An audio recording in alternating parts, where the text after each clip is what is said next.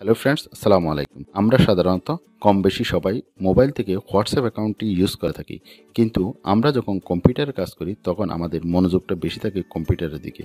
ঠিক ওই সময়ে যদি কোনো বায়ার কিংবা গুরুত্বপূর্ণ ব্যক্তি মেসেজ অথবা কল দিয়ে থাকে, তখন আমরা সঠিক সময়ে অ্যান্সার করতে পারি না।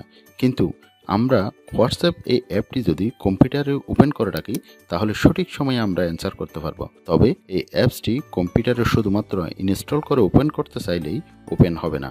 একে মোবাইলের হোয়াটসঅ্যাপ অ্যাকাউন্টটি থেকে কম্পিউটারের সাথে লিঙ্ক আপ করাতে হবে। আজকের ভিডিওতে দেখতে পাবেন কিভাবে এই লিঙ্ক আপ করাতে হয়। চলুন তাহলে ভিডিওটা শুরু করা যাক।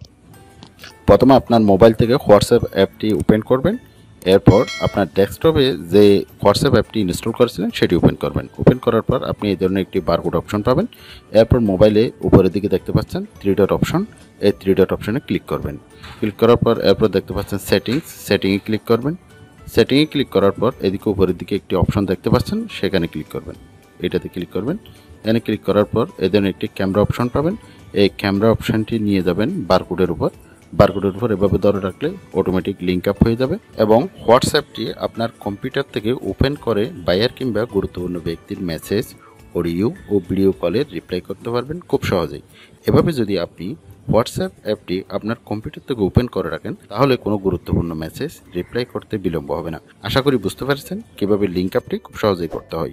এই ছিল আজকের ভিডিও। পরবর্তী ভিডিও দেখার আমন্ত্রণ জানিয়ে বিদায় নিচ্ছি। আল্লাহ হাফেজ।